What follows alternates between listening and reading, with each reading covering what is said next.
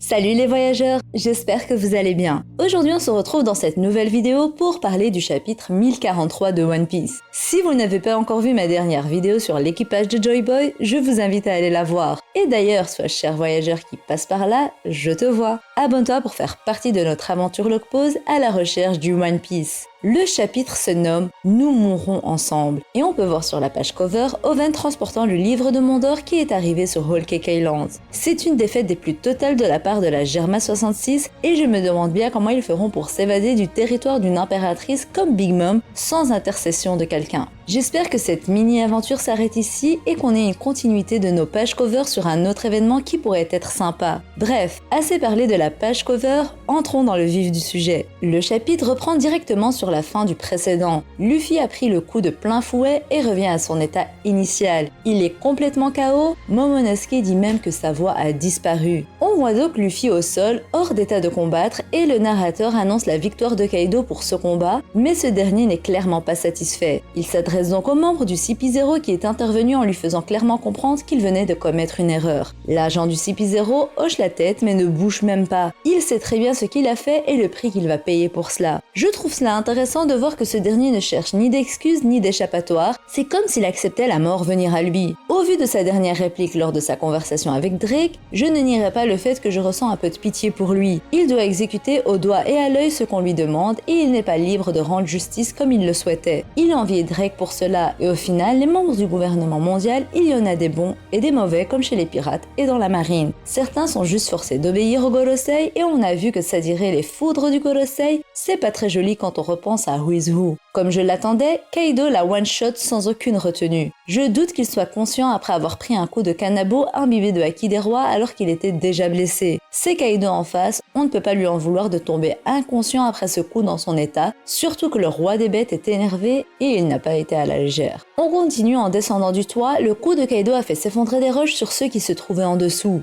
On voit un autre agent du CP0 qu'on avait pu voir en début de chapitre, semblant simplement prêter un œil à ce qu'il se passait du côté de l'autre membre qui est intervenu dans le combat de Kaido et Luffy. On dirait qu'il fait une sorte de deuil tenant son chapeau d'une manière à rendre hommage à son défunt. Il a l'air triste bien que son masque ait une expression tout à fait neutre. À proximité, il y a Kawamatsu qui est prévenu que le plafond s'effondre. Ce dernier est inquiet car il y a encore des milliers d'alliés ici et vu que l'île est en train de voler, ils ne peuvent pas fuir par voie maritime. Il y a aussi le feu qui prend de l'ampleur partout sur l'île et il n'y a aucun moyen de l'éteindre. Kawamatsu demande donc à tout le monde de trouver un moyen de fuir et qu'il n'y a aucun honneur à mourir brûlé vif. On voit ensuite Kaido sous sa forme dragon qui est une nouvelle fois descendu du toit et qui est à la recherche de Momonosuke. Il annonce la mort de Luffy et demande à ceux qui veulent s'opposer à lui de venir se battre. Les membres de son équipage sont heureux et crient de joie de savoir que Luffy a perdu, tandis que les samouraïs prennent peur et n'arrivent pas à croire la défaite de notre protagoniste. L'homme dit que la voix de Luffy a disparu et qui dit qu'ils se sont fait des allusions en ayant cru que Luffy aurait pu gérer Kaido seul. L'homme n'a plus rien en réserve et le fait remarquer. Chopper est en pleurs suite à l'annonce de Kaido et Otama pleure également appelant Luffy. Marco s'adresse à Nami et aux autres leur disant de ne pas y aller et Nami dit qu'on ne peut pas laisser passer un tel mensonge et que c'est impossible que Luffy soit mort. Nami crie sur Kaido en le traitant de menteur et Kaido s'étonne que certains essayent encore de résister. En tout cas, les Mugiwara ne perdront jamais espoir. Kaido balance un Boro-Breath sur Nami mais heureusement Marco est là pour le bloquer. L'ancien bras droit de Barbe Blanche dit qu'il ne faut pas abandonner tant que ce n'est pas fini. Kaido annonce l'arrivée d'Onigashima sur la capitale des fleurs et il prévient tout le monde que ce ne sera pas aussi tendre que Orochi. Tout le monde est un esclave pour lui. Homme, femme, vieux et enfant, il n'en a rien à faire. Wano Kuni n'est qu'une usine d'armes à ses yeux et les habitants n'auront l'autorisation de se reposer que lorsqu'ils n'auront plus la force de travailler et qu'ils mourront, ensuite ils seront remplacés. Kaido annonce donc la dictature qu'il va imposer et émettre, faisant comprendre sa cruauté à tout le monde. Les habitants se sont opposés à lui et il leur dit que faire face à sa colère ne devrait pas être une surprise. C'est ça la guerre. Certains supplient Kaido d'épargner leurs femmes et enfants et personne de la foulée n'ose faire quoi que ce soit. Tous sont tétanisés par le roi des bêtes. J'avoue que j'aurais été dans le même état d'esprit que les samouraïs.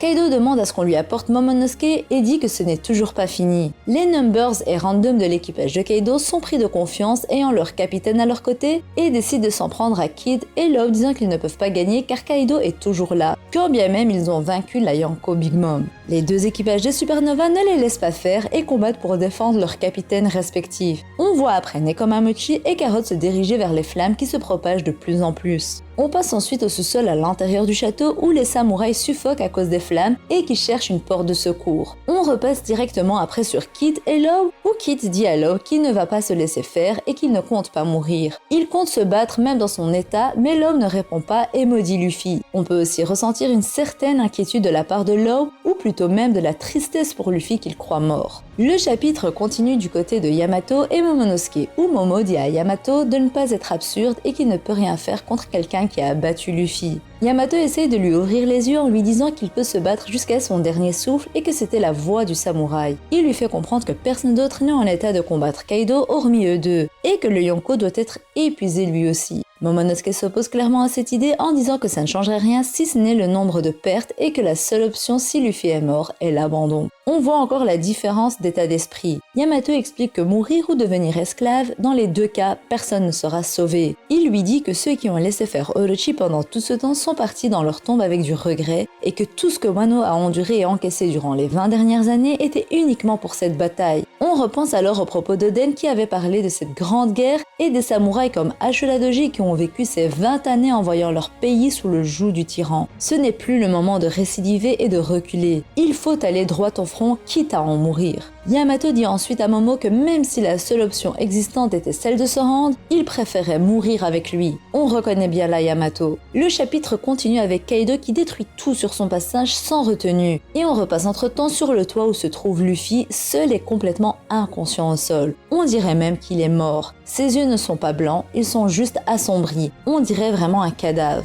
Et il est totalement possible qu'il soit mort comme Kaido le dit vu que sa voix est éteinte. On continue avec Zunisha qui s'adresse à Momonosuke en disant qu'il peut les entendre. Il dit que ça le rend nostalgique et Momonosuke lui demande de quoi il s'agit. Et Zunisha répond alors qu'il peut entendre les tambours de la libération et que c'était la première fois en 800 ans et que ça ne fait aucun doute sur le fait qu'il soit là. Momonosuke ne comprend pas de qui il parle et Zunisha dit que Joy Boy est de retour. On voit alors Luffy qui se fait envelopper d'une matière ressemblant à du caoutchouc mais qui n'en est sûrement pas alors qu'il sourit. Un sourire qui a pour mot original japonais Nika. Le chapitre se finit ainsi et c'est encore un coup de génie de la part de Oda pour faire monter la hype. On a la confirmation que Joy Boy est de retour et qu'il s'agit de Luffy. En ce qui concerne sa transformation, on part très probablement sur un éveil du Gomu Gomu et c'est presque confirmé aussi que le fruit dont parlait le Gorosei est bel et bien celui de Luffy. On est en droit de se poser la question, pourquoi est-ce que Joy Boy ne se manifeste que maintenant ? Est-ce que c'était déjà prémédité depuis 800 ans ? Est-ce qu'il fallait un moment critique pour que ça arrive ? Une idée qui s'est vite répandue est que Luffy était bel et bien mort et que Joy Boy lui a en quelque sorte donné une deuxième vie en se manifestant en lui comme une réincarnation. Je ne suis pas du tout fan de l'idée de la réincarnation de Joy Boy comme vous le savez et j'espère que Oda ne va pas nous faire ce coup. Pour moi, il a hérité de la volonté de Joy Boy et même s'il y a la notion du destin bien évidemment qui est présente depuis le début, Luffy a fait ses propres choix. Et un élément qui fait que selon moi, il n'est pas possible que ce soit une histoire de réincarnation,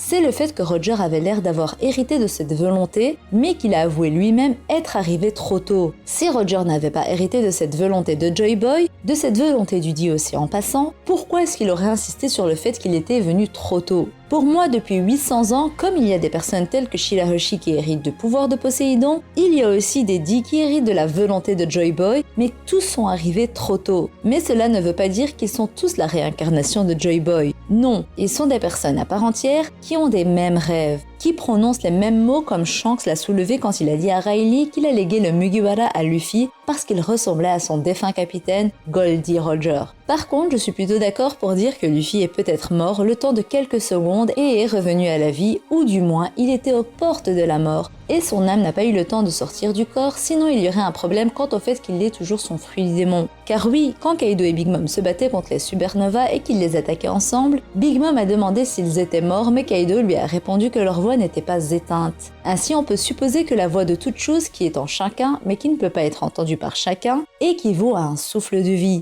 Et je dirais que possiblement, ce fruit du démon nécessite l'éteinte de ce souffle de vie pour justement pouvoir s'éveiller totalement. Et c'est pour cette raison que personne n'a pu l'éveiller depuis des siècles, parce qu'il faudrait avoir assez de volonté, et le mot est bien choisi, pour revenir d'une certaine manière d'entre les morts, ou pour ne pas succomber à l'appel de la faucheuse. Et on sait que Monkey D. Luffy a cette fameuse volonté en lui, et que jamais il n'abandonnera. Il est après tout celui qui deviendra le roi des pirates. Et on peut aussi supposer que l'éveil de son fruit est une question de timing. Depuis que les mystères sur l'histoire du siècle oublié sont introduits, il y a toujours cette notion du temps, avec Oden qui parle de la Grande Guerre 20 ans dans le futur, les rois des mers qui parlent de la rencontre entre les deux rois des deux mers différentes. On peut supposer que les tambours dont Zunisha parle allaient sonner à ce moment précis et que c'est ce qui a déclenché l'éveil de Luffy. En tout cas, je vous le redis, mais je ne souhaite pas qu'Oda parte dans un délire de réincarnation, parce que sinon ce serait bien trop décevant. Luffy a toujours été présenté comme le personnage libre. Il veut devenir le roi des pirates non pas pour l'histoire du siècle oublié ou autre, mais pour devenir l'être le plus libre du monde. Il a toujours eu sa propre volonté et ses propres désirs. Il n'a jamais souhaité être une figure emblématique.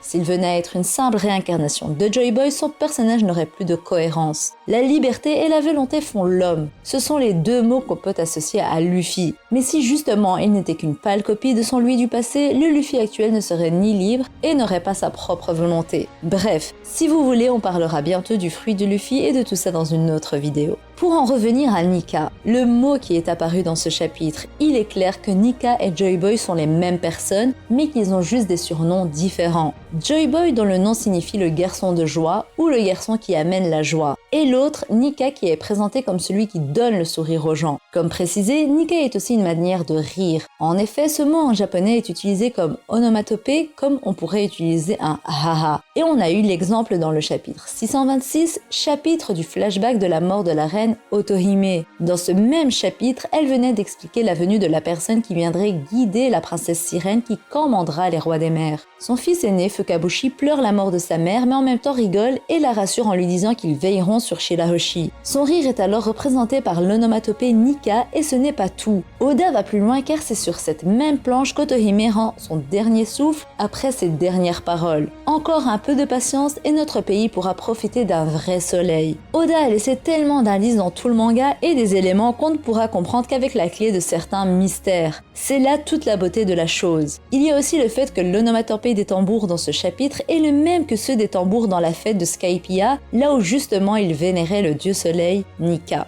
Luffy est donc Joy Boy, il est le dieu soleil Nika, et selon les propos de la reine Otohime, il est donc le vrai soleil, le fameux Dawn. Et il est également celui qui guidera la princesse sirène qui commande les rois des mers. Encore une fois, preuve que Luffy est le roi des rois, et qu'en étant Joy Boy, il commandera les armes antiques, même si le mot commander est un peu fort. Et par ailleurs, ce chapitre nous permet même de confirmer, en tout cas de mon point de vue, que Nika, donc Joy Boy, ont possédé ce fameux fruit légendaire. Car vous l'aurez compris, comme par hasard, c'est quand ce fruit en question se met à faire des choses bizarres que Luffy nous lâche son plus beau des sourires, Nika. Si le fruit du démon n'était pas lié à Nika, je pense qu'Oda n'aurait pas mis ces deux éléments en superposition. Il y a plein d'idées qui se propagent et on aura sûrement la réponse, ou du moins un début de réponse d'ici 2 semaines au prochain chapitre. J'ai surtout hâte de voir ce qui arrive à Luffy, quelle capacité il réveillera et surtout quelle sera la réaction de Kaido. Voilà, la vidéo touche à sa fin, j'attends vos retours et comme d'habitude, je lis et réponds à tout le monde. Si mon contenu te plaît, n'oublie pas de mettre un pouce bleu avec ton acquis du likement et de t'abonner. Je compte sur vous et sur votre soutien. Sur ce, je vous dis à la prochaine et d'ici là, portez-vous bien. Bisous!